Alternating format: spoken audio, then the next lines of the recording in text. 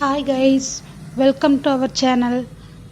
நாம் இன்னைக்கு என்ன டிஷ் பார்க்கலான்னா 5 மினிட்ஸ்லேயே செய்கிற மாதிரி ரவா கிச்சடி எப்படி செய்கிறது, நல்லா ஹெல்த்தியாக எப்படி செய்கிறதுன்னு பார்க்கலாம்.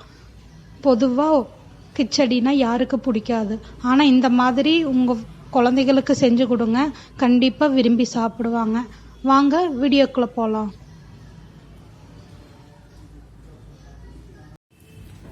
ரவா கிச்சடிக்கு தேவையான பொருட்கள்: நெய், கடலைப்பருப்பு, கடுகு,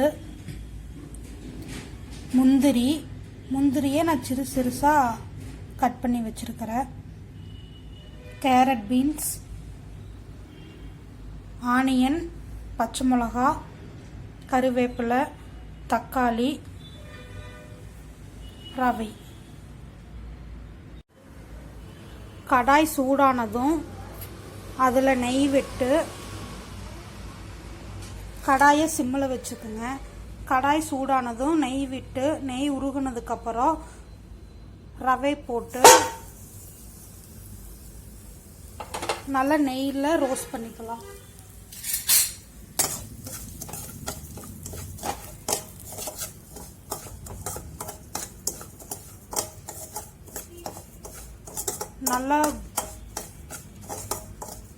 நல்லா வாசனை வர வரைக்கும் மிதமான சூட்டில் வறுக்கணும்.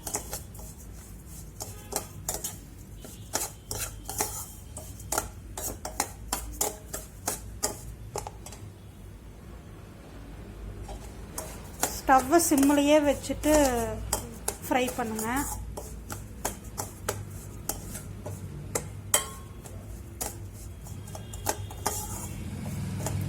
வறுக்கவே நல்ல ஸ்மெல் வரும். அந்த ஸ்மெல் வர வரைக்கும் ஃப்ரை பண்ணுங்க. இப்போ நல்லா வறுபட்டுருச்சு. இப்போ நம்ம தனியாக இதை எடுத்து வச்சுக்கலாம். இப்போ அதே கடாயில்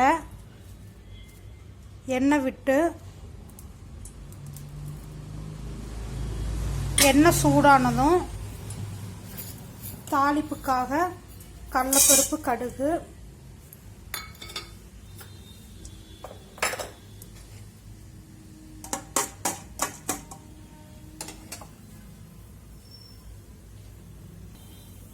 கடுகு நல்லா வெடிக்குது. இப்போ முந்திரி பருப்பு போட்டுக்கலாம்.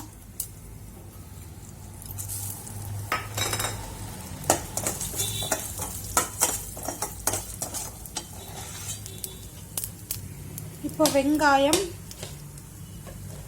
பச்சை மிளகா, கருவேப்பிலை போட்டுக்கலாம்.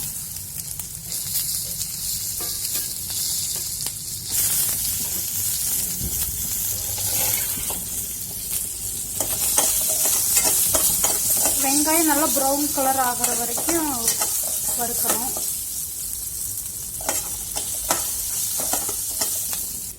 வெங்காயம் நல்லா வறுபட்டுருச்சு. இப்போ நாம் தக்காளி சேர்த்துக்கலாம்.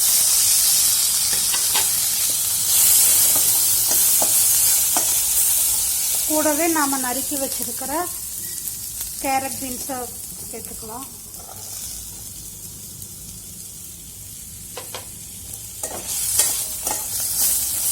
கேரட், பீன்ஸ் நல்லா எண்ணெயில் ஃப்ரை ஆகணும். அது வரைக்கும் நம்ம கலக்கிக்கலாம். இப்போ தக்காளி நல்லா வதங்கிருச்சு, கேரட், பீன்ஸு நல்லா வதங்கிருச்சு. இப்போ பொடியாக நறுக்கிய இஞ்சி, கொஞ்சமாக கரம் மசாலா, லைட்டாக அந்த வாசனைக்காக, குழந்தைங்க சாப்பிடணும் அதனால் நான் கம்மியாக போடுறேன், கொஞ்சமாக மஞ்சள்தூள்,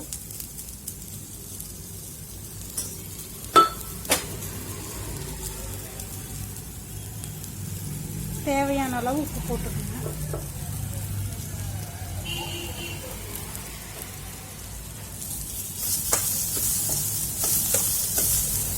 நாம் எந்த டம்ளரில் ரவையை அளக்கிறோமோ அந்த டம்ளரில் 1 டம்ளர் ரவைக்கு 3 டம்ளர் தண்ணி ஊற்றிக்கலாம். நான் இந்த டம்ளரில் 1 டம்ளர் எடுத்துருக்கிறேன், அதனால் 3 டம்ளர் தண்ணி ஊற்றிக்கலாம். நான் 1 டம்ளர் ரவைக்கு 3 டம்ளர் தண்ணி ஊற்றிருக்கிறேன். தண்ணி நல்லா பாயில் ஆகணும், அதனால் ஸ்டவ்வை நம்ம ஆனில் வச்சுக்கலாம். தண்ணி நல்லா கொதிக்கட்டும். இப்போ தண்ணி நல்லா கொதிக்குது. நம்ம நெய் போட்டு வறுத்து வச்சிருக்கிற ரவையை நாம் இதில் போட்டு கிளறிக்கலாம்.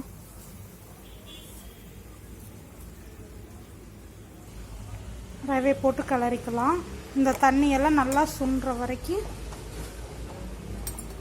அடுப்பு கொஞ்சம் மீடியமில் வச்சுக்கோங்க. வச்சுட்டு கொஞ்சம் மூடி வச்சுக்கோங்க. 3 மினிட்ஸ் ஆச்சு. இப்போ நம்ம திறந்து பார்க்கலாம் எப்படி இருக்குதுன்னு.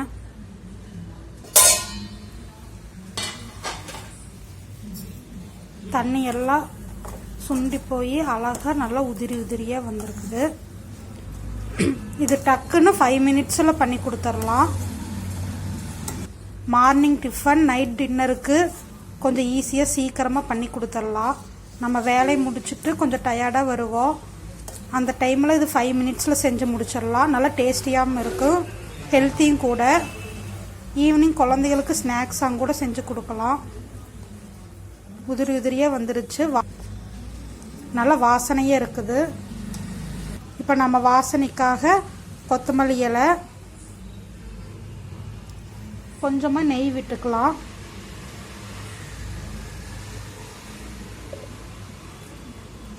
நான் குழந்தைகளுக்கு கொடுக்குறனால இவ்வளோ நெய் போடுறேன். உங்களுக்கு நெய் வேண்டாட்டி வேணால் கொஞ்சம் குறைச்சிக்கலாம்.